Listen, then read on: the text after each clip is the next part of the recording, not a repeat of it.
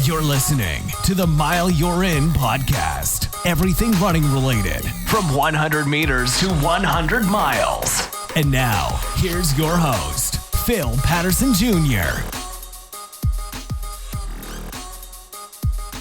Welcome back, everybody. It's another episode of the Mile You're In podcast, and I'm coming at you with a quick one, an update from the recent 100 miler, the Vero Beach Octopus Ultra. Before we get into that, as always, my Patreon supporters, I thank you. Becky from Miami, Francine from Pembroke Pines, the anonymous supporter. I thank you all, and everyone else that just listens, subscribes, shares these episodes, and everything that I put out on the website. I truly appreciate the support. You guys know that this race was the race for me this year. Pretty much as long as this race went as planned, nothing else would matter. No other goal I set would matter. That's how important this race was to me. Last year, it was my 10th 100-mile attempt. The first 9 were successful, and I went into this race feeling cocky, disrespecting the distance, just not being humble enough, not prepared enough physically or mentally, despite the previous experience I had. Just everything that led up to that race that year, with all the time I had off getting all these tattoos done for the sleeves and just other personal issues that were going on in my life, I really was not ready for that race, but I figured my experience would carry me through. That race was crew mandatory, and for good reasons. The race director did allow me to participate without a crew because of other circumstances, but things just did not go as planned. They went bad quick, and I ended up dropping out at 62 miles. And you guys know that then led to a DNF at the Wildcat 100 and then the Miami 100, and we all know how things have gone since then. But I was putting in extreme miles compared to previous years of training, and just the mental and physical training that I was putting myself through, specifically every Sunday morning. I just felt like I was finally going to get that monkey off my back. I was finally prepared to end this streak of DNFs and finally get that 10th 100-mile finish that, it's not that important, but it's a goal that I set for myself. And I always talk to you guys about setting goals and chasing after them and finding whatever it takes to achieve those. So it was on my heart to really do, because who would I be? What kind of example would I be to anyone, whether it's a listener on the podcast or somebody I just come across on my daily routine, to talk about those things but not do it myself. And, when I got to the race, I felt relaxed. Normally I'm anxious, I'm nervous, a little stressed, but I just felt relaxed. I finally felt ready. I felt good. And, even during packet pickup, when I met Leo, who was helping out with the race, I could see it in his eyes. I could see his facial expressions when I told him I was crewless. And, there was that little bit of doubt that I was going to make it. And Michael, the race director, again, despite my experience last year and knowing what I've done this year so far, I could tell he was still skeptical. Can I say the word right? Skeptical. I could tell. Skeptical? What? Skeptical? I don't even know. Anyways, he was still... I don't know English all of a sudden. I'm not even going to edit this out, because that's how it goes, right? Life, sometimes the simplest things that they just go out on you. And right now my brain just doesn't want to work properly. But back to the topic. Let's get back focused here. I could just tell there was doubt with anyone that knew I was doing this crewless again, especially the 0% finishers last year that were crewless. It's a tough race. There's so much to expect going into any 100 miler, but when you go into one like this where there is no aid stations and there really isn't a gas station or store along the route like other ones that I've done, you really have to be ready, and not only ready in the general sense, but you have to be ready to suffer more than normal, because there are going to be points where you're going to run out of fluids and you're going to run out of food, and if someone isn't generous enough to help you out, you're just going to have to do what it takes to get back to the next check-in point where you got your stuff and you can kind of refuel and get back on your feet and get going. And you know, the first loop, the first leg was very similar to last year's. It was shorter. Last year it was around a little over a marathon distance, 26 miles. This year it was around 14 or 15.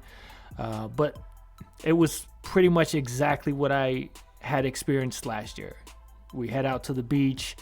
The beach was definitely more compact. A lot of the rainstorms had really made that surface harder, which was better, but I still stuck with my plan of I was going to walk that as much as possible. But because it was flat, I was able to get a lot more running in than I thought. I was prepared to walk the entire thing if I had to.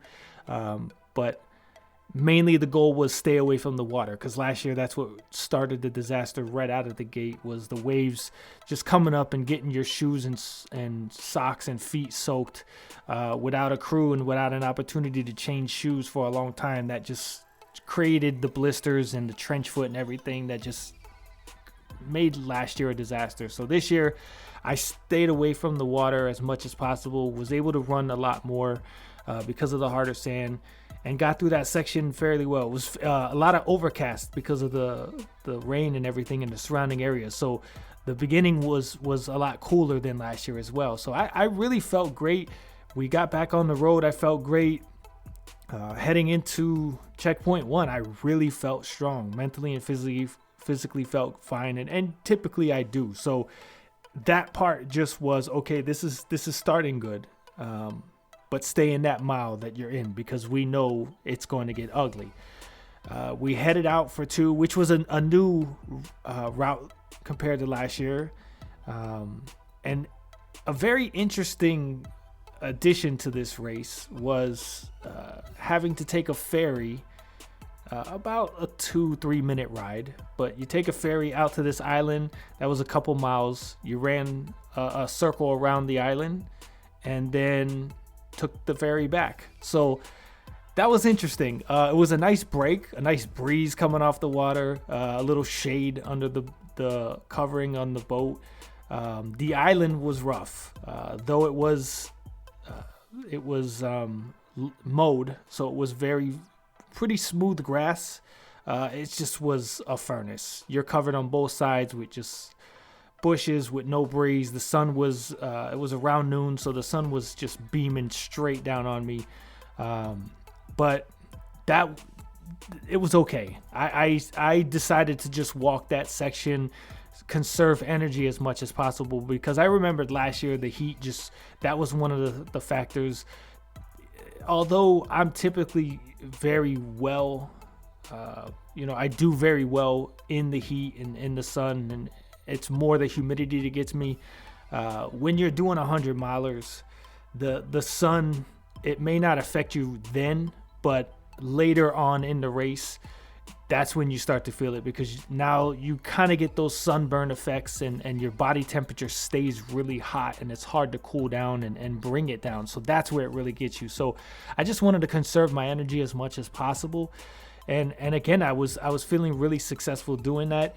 On the way back on that loop, knowing the area, I knew this was probably my only chance to stop at a gas station. So I went in, I got the biggest 7-Eleven fountain size drink that you can get. And I went on my way and finished loop 2. We headed out on loop 3, and that's the one that all of us that ran it last year, we knew was going to be brutal again this year, and it was. It's just so hot and so just the grass is not mowed. It's very uneven. A lot of like in the entire course, there are just thousands, maybe millions, honestly, these like blue crabs.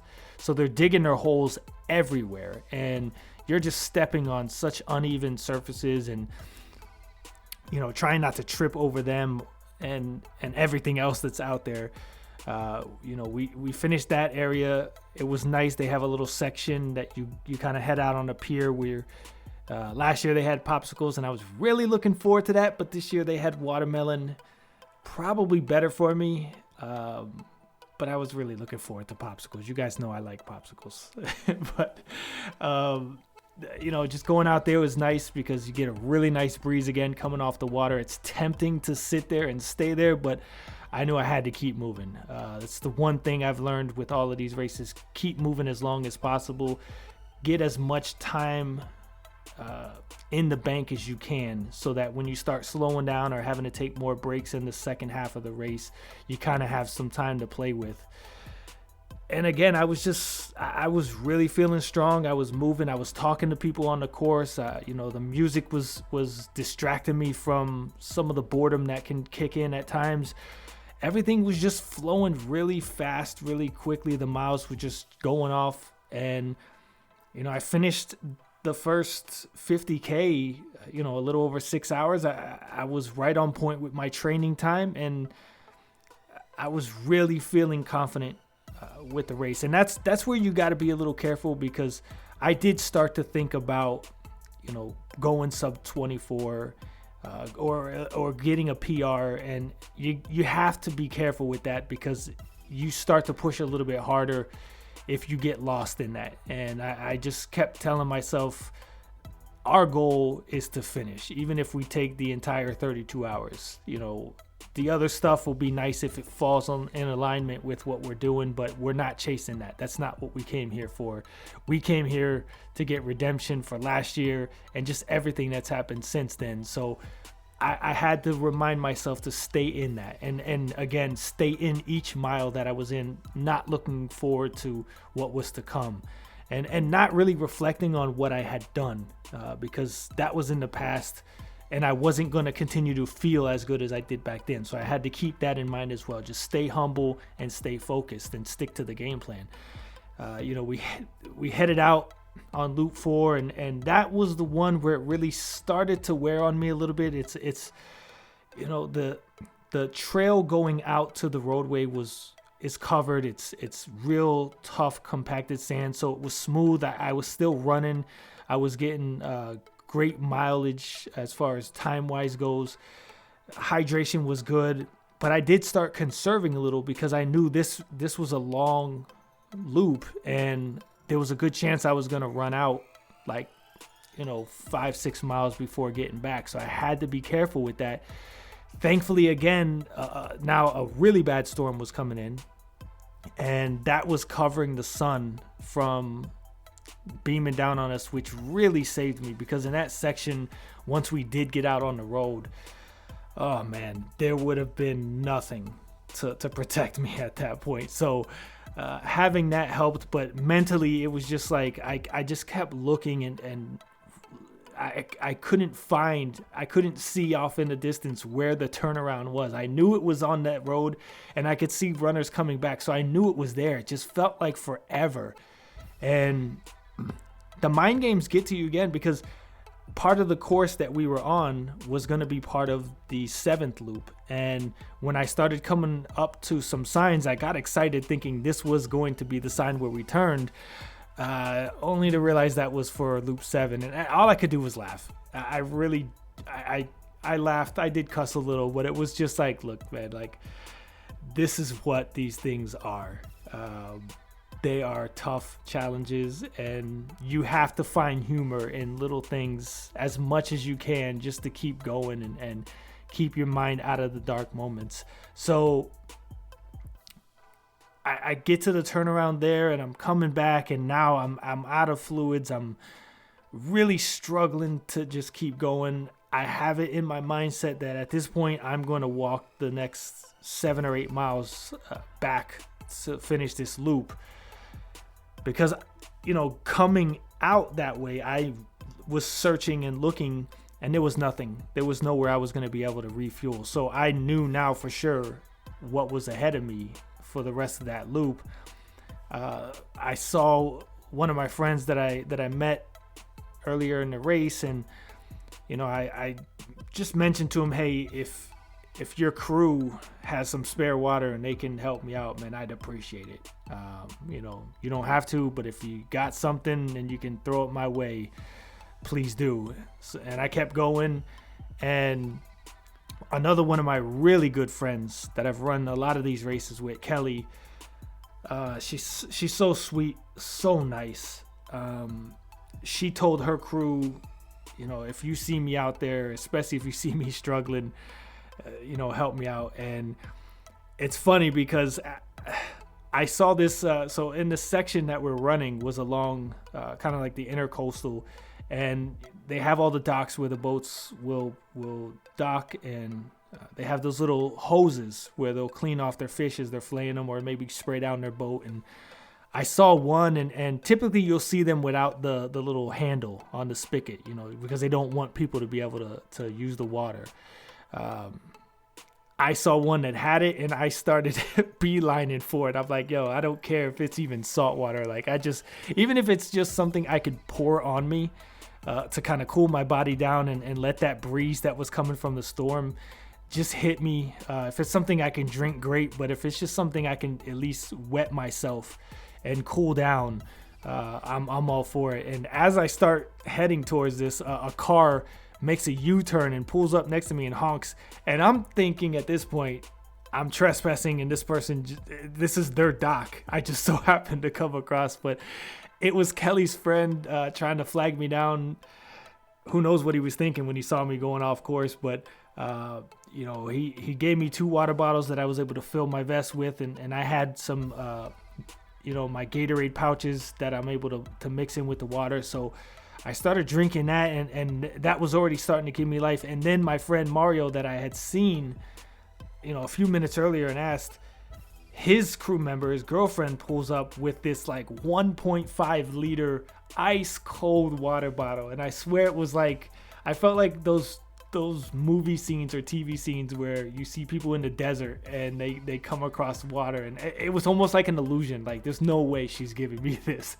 And oh man, it was funny, because then as I held it, I'm like, this thing is so freaking heavy. Like, I don't want to carry this for another 7 miles. So,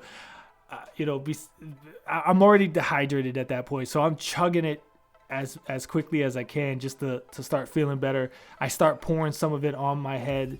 And I was kind of tucking it against my body, carrying it like a football, and just running with it, because that was making it easier to run with. It didn't feel so heavy, but it was also feeling really nice having that like really ice cold water up against my arm and my body. So I kind of rotated arms each time I would run, and just use that to get back to what would then be considered like the 50-mile mark. So again, I'm feeling good. It's like, I'd say close to 13 hours. So that 24-hour mentality that was kind of creeping in at that point was gone. I knew it's again only going to get tougher as we continue, but I still started to have that chase the PR mentality, and I was battling that still because I was still within that range. So we head out for the 5th loop, and this was the loop that I found some extra motivation, because this was the loop last year where I DNF'd. This was the loop where the moment I hit the bridge and I went to run, and I could feel the chafing inside my thighs, and I could feel the blisters under my feet, and my back getting stiff from walking. I had made my mind up 1 mile into that loop last year that this was it. And as I was going over that same spot this year, I kind of did a reevaluation of myself at that moment. And I was like, man, you are doing awesome. You feel great. We're out here faster than we were last year. We're feeling way better than we did last year. Ride this wave. And I say it all the time. Ride the highs, grind the lows. I was riding that high. Oh man, it's a feeling you can't really describe. If you felt it, you know what I'm talking about. Everything was clicking. And I had to keep reminding myself of the Miami 100 last year, because this is how it felt last year, where everything was clicking. Everything felt great. I had so much hope for a strong finish, and things collapsed around that 60 to 80 mile mark. So as I was approaching that, I was thinking of last year where I DNF'd at this spot in the race, and also the Miami 100 where things fell apart. And I just stayed focused, and I got out to the beach section where last year just destroyed any hope of trying to walk the rest of the way. And I ran into a runner that I kind of had been piggybacking with throughout the day. And we walked that 3 mile section out and back, and we just talked. And it was cool. We were watching the thunderstorm that was about to just like unload on us.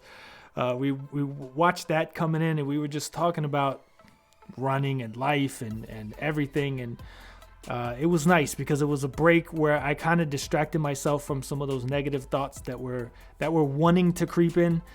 And then the storm came, and it was like it was a whole different race, because at that point the lightning really started striking. It was striking often, and it was striking really close. There were a few times where like I jumped mid-stride, and again I just started laughing, and I'm just like is this how you're gonna take me out? Like, I'm doing so good. Is this where you're gonna try to just derail everything?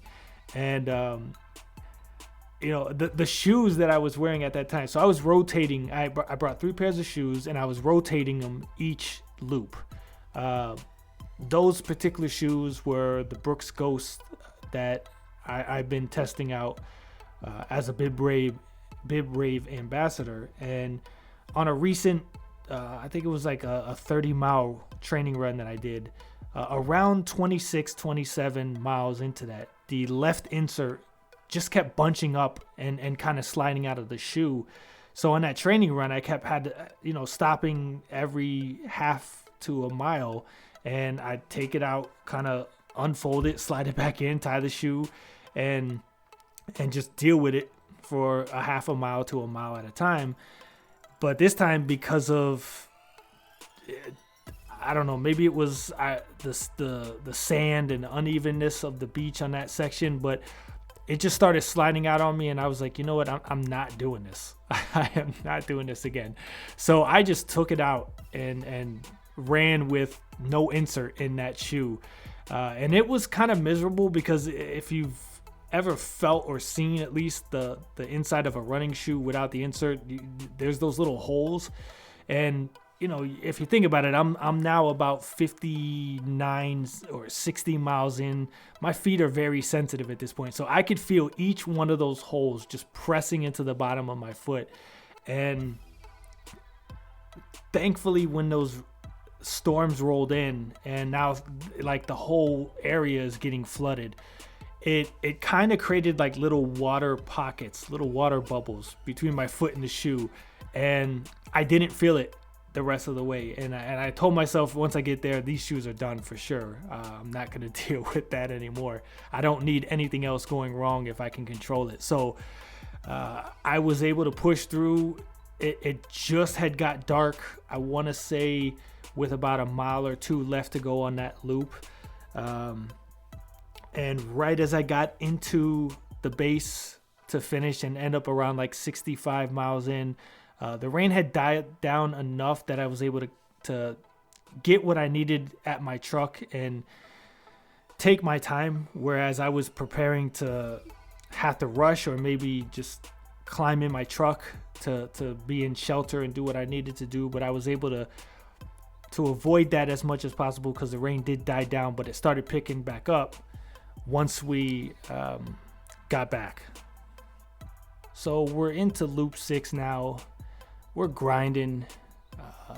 It's dark, so this is where it gets ugly for me personally, just because it gets quiet. You haven't to deal with headlamps and headlights. It's a bit difficult to see. In this course especially, there were long stretches without any street lights. I didn't bring my headlamp because I really at this point did not want to wear anything. I had the 360 light up vest over my running vest, which I didn't even want to wear the running vest at this point, but I knew I really needed the hydration to get me through. So I did what I could. I had my phone that had a flashlight on it, so that was sufficient enough for me to make it and be able to see and prevent falling or any dangers in that sense. And it was just, all I could do was just put my head down and grind. I was starting to walk a lot more. Things were kicking in. Things were really starting to aggravate me more than they did. And it was at that point that I really started thinking about quitting. It was the first time in the race where I don't want to say it was as, it wasn't as deep as it's been in the past, but it started to creep in. There were those thoughts of dropping, and I had to do whatever it took to get out of my head. The music was still kind of helping, but again, you're at this time of night now, you're out, you're seeing people partying, and you're passing some bars where people are just, they're dancing, they're singing along to the live music, they're drinking, they're eating, they look so comfortable. There's people hanging out by the water, and those are the moments where you just have to almost block all that out if it's possible, and keep going. You're looking around and everything's closed and shutting down, and people are going back to their homes, to their AC houses or apartments or hotels, and their comfortable beds, and they're gonna go watch something entertaining on TV or whatever they're doing. It's better than what you're doing at this point, and you're just thinking about why you're out there, what brought you there, what made you make the decision to sign up. And you have to hone in on those things if you really want to succeed and push through everything that's telling you to stop. And we got to the turnaround on that loop, which I didn't think it was going to be a problem. Everyone that knows about the race, it's a cemetery. So you're going through the cemetery. In my case, it's now about 12:30, almost 1 o'clock at night. And as I'm going through it, I wasn't scared or anything like that. I know for some people it's a very scary or creepy area to be in general, but especially at night. For me, I don't know, maybe because it was a little bit more wide open, or I just don't think about death like that. I don't know, but it was fine. I was more focused on trying to stay awake because I was getting sleepy and I was getting aggravated. So I think I was a little more distracted on the race to even kind of comprehend what I was doing, where I was at the time. But it did hit me. I kind of thought about people in my life that I've lost over the years, family members and friends, and even then it wasn't really affecting me. But then I had thought about my first son that I had lost to a stillbirth, and that's when the tears just came. When you do these races, when you get into those deep, past 50 miles, the emotions kick in, and a lot of people will have breakdowns. Sometimes one really big one or a bunch of small ones. But it happens. You get really emotional and things trigger you easily, and that's what happened. I just was thinking about the day that it happened and how I felt, and I could replay as if I was right there, and it it broke me down, but I kept moving. And it when I got out of the cemetery and it kind of snapped out of it, it was like, here's another reason to fight. You know what I mean? Like here's all these people that are gone, that no longer have an opportunity to live and enjoy the great things that you can experience in life besides life itself. And it just was motivation to keep going and keep pushing. So, fast forward, I made it. I was really falling asleep bad going back. So I just told myself, I got to take a nap. Like, there's no, like, I was taking the caffeine pills. I was taking energy drinks. I was doing everything that never works anyways, but I was still hopeful that it might work this one time. And I said, I have to take a nap. Like, there's no way I'm going to finish if I don't. And if I don't, there's no way I'm not going to quit on myself. Like, I need that mental boost as well as the physical. So I climbed in my truck. I turned it on and blasted the AC. I set the alarm for an hour and basically gave myself that hour to finish, to nap and see how it felt. I didn't think about, usually when I do that at other races, I say to myself, we'll see how we feel. If we feel good, we get up and go. If we don't, we quit. This time it was, if we feel good, we go. But if we don't, we sleep longer. Because I knew I had time in the bank. I didn't want to pressure myself into a straight up go or quit mentality. I wanted to have options. So when that alarm went off, I woke up. I felt better. I felt good enough to continue. I'm at like mile 75, I think, somewhere in the 70s at this point. And I knew I was so close. Like, I could walk the entire rest of the way if I needed to, but I had to try. I could not allow myself to stop right there. So I got out, I put everything back on, and as I was putting on the vest, I basically said, F this, I'm not wearing this thing anymore. And I wish I would have, even if I would have worn it loosely, because there wasn't much running going on at that point anymore. I wish I would have, but again, without a crew and without someone to kind of be there to encourage you, when you're relying on yourself, you go in that moment. And I just told myself, I'm grabbing a can of soda, I'm grabbing some cold fruit, I'm just gonna snack on this and drink this, and we'll see what happens. So I headed out, and it's, I don't know, 3:30 in the morning now, and I just knew if I could at least get close to the halfway point of this loop, because it was about a 20-mile loop. I knew the sun was going to be coming up, and it was going to be on my left side. So if I could get back fast enough and get back into the covered trail area, that I'd be okay. And I was doing very well. I still was getting a little bit of running in, but it was mostly walking. And I was looking around because it was a slightly different section of the course that I had not been at yet. So I was hoping to find a water fountain or another water spigot hose thing.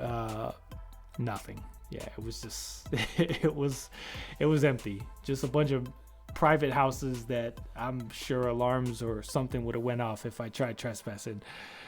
So I put my head down and just maintained whatever pace I could. And we get into the trail area where we're going to the Sebastian Inlet, and we're going to have that turnaround. And it was like mosquito paradise. They were all over me. I had no bug spray on me at this point.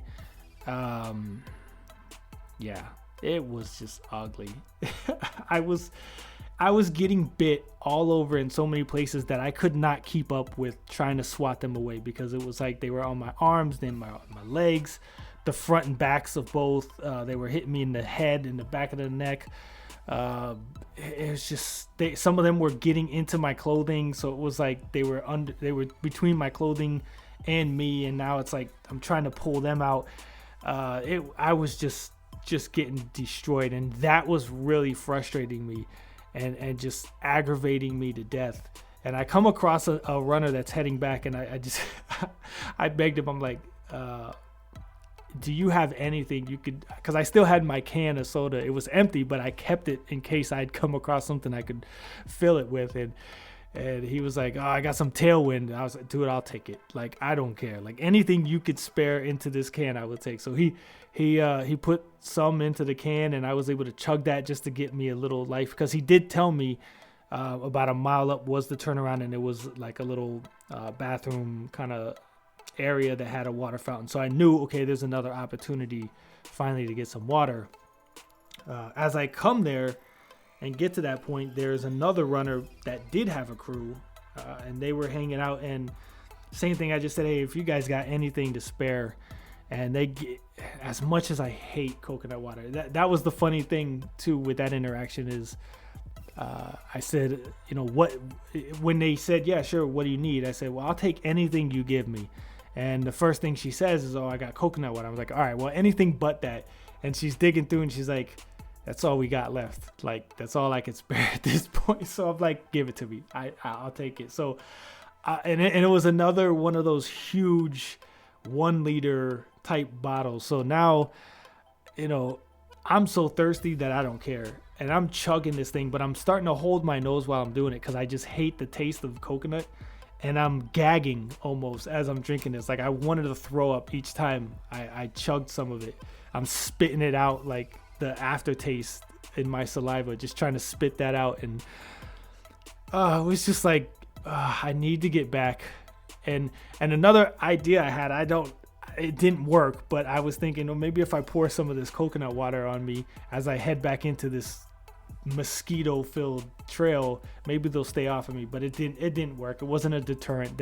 If anything, maybe they liked it more because they were all over me again. And we get out of that section. There was a couple that was parked on the side of the road, and they were getting ready to kayak out in the intercoastal, and they gave me some bug spray that definitely helped because I didn't feel mosquitoes the rest of the way. But by then it was too late. I mean, I was already itching, and there were welts all over me.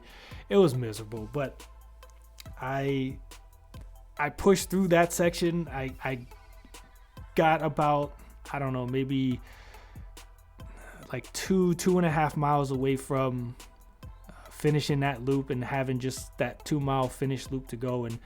And I see Leo again, who I had seen at the packet pickup, and he said, hey, do you need anything? I'm like, dude, I am so hungry. Do you have anything to eat? And of course he had nothing. Like, no food. He had fluids, which I was good with. I was like, I am starving. I need something to eat. So he's like, hey, I'll call Mike, the race director, and I'll have him, make you something. We talked about a chicken quesadilla. So I was like, oh, even better. Like, it just sounds extra delicious at this point. And so now I'm looking forward to this chicken quesadilla. And I get to the loop, and Mike's sleeping. So I'm like, okay, let me check the table. There was nothing there. I mean, there was food and everything as had been the entire race, but there was no chicken quesadilla. So I scoured the table, and I found there was some yellow rice. It wasn't hot, but I was like, you know what? I need something thick. I need something greasy. I don't want a snack at this point. The pizza was gone that I had earlier. So I took like a plate full of rice, and I took it with me and was walking back to my truck to start this last loop. And that's just where reality set in, that I was going to do this, that everything I had trained for, everything that I had worked for was about to become successful, to become an accomplishment. And I just soaked it in. Those last 2 trips over the bridge, as much as I hated them, I was tired of them. that bridge is brutal. And this year they added 2 more trips over them compared to last year. But knowing you're 2 miles away, and not only that, but knowing you got about 4.5 hours to finish, it's like, you can take your sweet time to finish if you want to. But I was done. I was ready to just get it over with. So I again, at that point, was at a strict walk. There was no running left in me. The few times I would try, it's just the bottom of my feet were tore up. It was so painful to even attempt to do. Everything else felt great. My thighs, calves, hamstring, they all felt strong. It was just when you're running on trench foot on blisters, it's just brutal. And I didn't want to make them any worse, knowing I was almost done and they were tolerable. I said, we're still doing great with our walking pace. Let's wrap this up. And when I hit the turnaround and I knew there was just 1 mile left, the emotions really kicked in. And I just, again, was soaking it up. And as I was entering the park, which then gives you about less than a quarter mile to go, another runner that I had been coming across that I was right behind, probably 2 miles behind the entire race. And I kept seeing him every time he had just hit the turnaround and I was approaching it. We were coming across each other, and it was like we made a friendship each time we saw each other that got deeper and deeper. So he was actually now leaving. He had finished and he was heading home, and he saw me, and we had one final exchange and congratulations and everything to each other. And I hit the corner, the last, 100, 200 yards to go. And Mike, the race director, is standing there with the belt buckle. Tony, the co-race director, is there with the camera. Leo's standing out there. Mike Melton, the timing guy, that he's been at so many races I've done, and he knew what I was fighting for.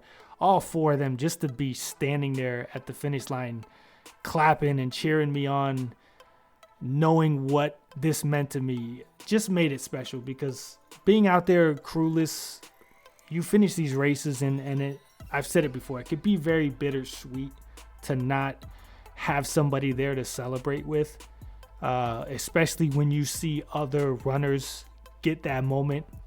And it's choking me up now because it's sinking in, and I can envision that moment as I was crossing the finish line, and just knowing that I did it, that everything I was fighting for this entire year,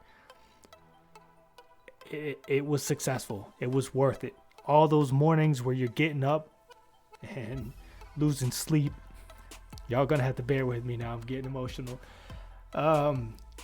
Just all those mornings where you're up while people are out clubbing and partying, and you're putting in that work. The miles that you're out there running. Everything that you sacrifice, people from the outside looking in, they, with valid reasons, they look at us like some crazy people, but we all have our battles that we're fighting, and there are reasons that we're out here doing what we do. And I'm trying to get through this without having to stop or edit it. But I have to be honest with you guys. This is me. Anyone that knows me knows I wear my emotions on my sleeve. I don't hold anything back. I wanted this really bad. Really bad. Something that, it's not about the belt buckle that's sitting on my shelf that I'm going to forget about. It's not about the shirt that I'll wear once or twice a month.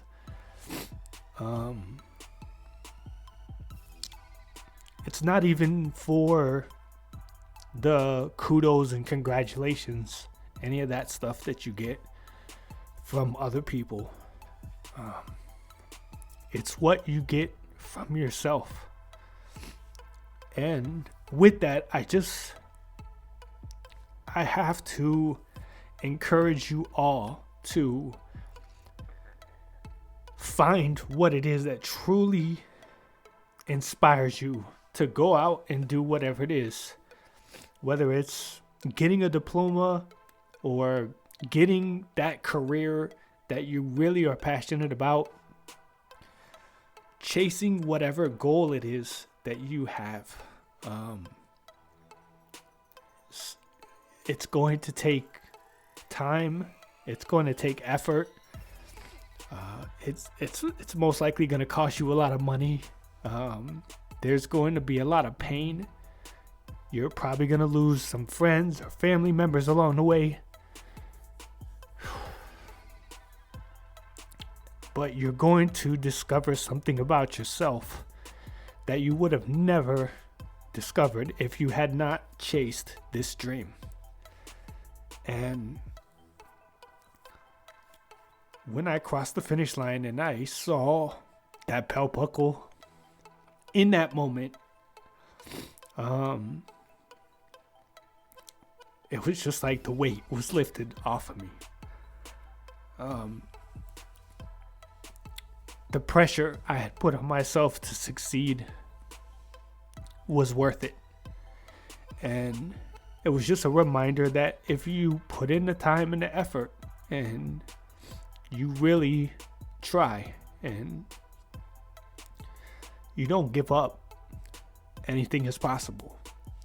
You have to give yourself a chance. You have to show up.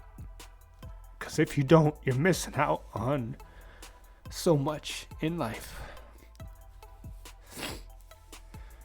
Oh God, I'm a big baby. So it became a redemption story. The revenge, the redemption. Man, I can't even remember the third word that I titled for in my Facebook post the morning of the race. I don't know, retribution, I don't know, it was something, but it was worth it. When I got back in my truck and started driving home and just reflecting on the weekend, it was worth it. There was nothing anybody could have said at that moment that would have made me feel less accomplished, because I knew what I had just did and what it meant to me, and that's all that mattered. And it's just a reminder. I said it on a recent podcast, and I probably said it in other episodes, but it's stories like these that we come across, whether it's a normal person like me or a celebrity that's achieved amazing things and overcome just insurmountable tragedies in their life. It's these emotional redemption stories that can inspire millions to do whatever it is in their life that they want to do. And that's why I have no issues letting you hear the emotions pour out of me as I relive that moment in my head. And I finished in 28 hours and 4 minutes. I think it was 16 seconds. So I didn't get the PR that I was kind of hoping to get, but it was still one of my fastest. I'd have to look back and double check, but it was probably one of my top 5 fastest times of the 10 finishes I have. And I just feel like there's still so much more out there for me to accomplish. I joked about it with a friend on the way home that I was done. I kept saying once I hit 10, I'm done. But I'm already signed up for the Wildcat 100 because that's another race I wanted to get revenge after failing last year. And not even because I couldn't finish. I just didn't want to finish. and I was in my head too much. But I had said I was going to drop down to the 100K distance, but the more I've thought about this accomplishment since finishing the race on Sunday, I knew I couldn't drop down. I still love everything that happens in a 100-mile race. I still love everything that you go through physically and mentally, and just that incredibly rewarding feeling that you're overcome with when you do finish. No matter how painful the next few days are going to be, and how uncomfortable you're going to be, and how tired you're going to be, and the lack of sleep you're going to get, and just everything that sucks about running it is all worth it when you cross that finish line and accomplish it. So with that said, Wildcat 100, I'm coming back to get revenge for you next, and we'll see. The way I felt, maybe I can knock off and get a PR this time. Maybe I can run sub 24. I don't know. Again, the goal is going to be to finish, to not let a new DNF streak start, and just to have fun. That was one of the biggest things I made sure to do this year that I hadn't done in a long time, because I got so caught up in the distance and being competitive that I forgot to have fun. And I made sure to have fun this weekend for as many of those 101 miles that I ended up doing. And I want to do it again. And I want to make it even more fun next time. And just be grateful for the ability to run. Because as I ran through that graveyard, I was reminded of that there are so many people that are physically no longer here and able to do things in life. Yet there are people that are physically here, but physically unable to do things that they want to do. Things that maybe they could have, and something happened during their life. Or people that never had that ability because they were born with disabilities that prevented them from doing things. I want to take advantage of the body I've been given, the health that I've been given, the endurance-filled mind that I've been given. Because not everybody can do this. So many people have told me that you just have to have that mentality, and I have it, that I can push through and do these type of things. Because yes, it is physical, but it is way more mental than it is physical. I've run everything from a 5K race to now 100 milers, and I have more fun with the 100 milers. They are way more painful, but no matter how fast I've run, how much faster I've run in those shorter distances, and how much tougher that seems to have felt during those times, it doesn't compare to what you have to go through over 100 miles, 24 plus hours, whatever the time may be. So just to wrap this up, again, whatever your goal is, keep chasing it. No matter how many times you fail, keep chasing it. No matter who doubts you, who tells you it's impossible, I have nothing but respect for the race director for last year and even this year telling me you're probably not going to finish without a crew. And instead of being cocky about that and having that chip on my shoulder and trying to prove him wrong, I stayed humble because I knew he was right. He created this race. He ran it. So he knows. He's giving you the advice. And that's what we need to do is, if somebody gives you advice, listen to it. It may not always be 100% right. You know yourself and what you're capable of. Listen to people's advice and use that to create a better plan for yourself. And that's what I did. Knowing what obstacles were in my way and all the advice he gave me and the true and honest, sincere reasons why I would probably fail, I used that and learned from it to become better so that I could come back and succeed, give myself a better chance to succeed. And that's what I want you guys to do, is no matter how many times you struggle, how many times you fail, how many times you're doubted, even if it's yourself that's doubting you, you gotta keep showing up. You gotta keep going. If it's really that passionate to you, if it's something you really want, you will do it. You'll make the time for it. You will show up and you will do whatever it takes. You won't allow yourself to make the excuses and not try. Because if it really is that passionate to you, you will make the time and you will put in the effort. So until the next episode, take from this whatever you can as motivation to get out there and do what you have to do. Thanks for listening to the Mile You're In podcast. If you enjoyed it, make sure to like, share, and subscribe. Check out previous episodes and more at heelstriker954.com.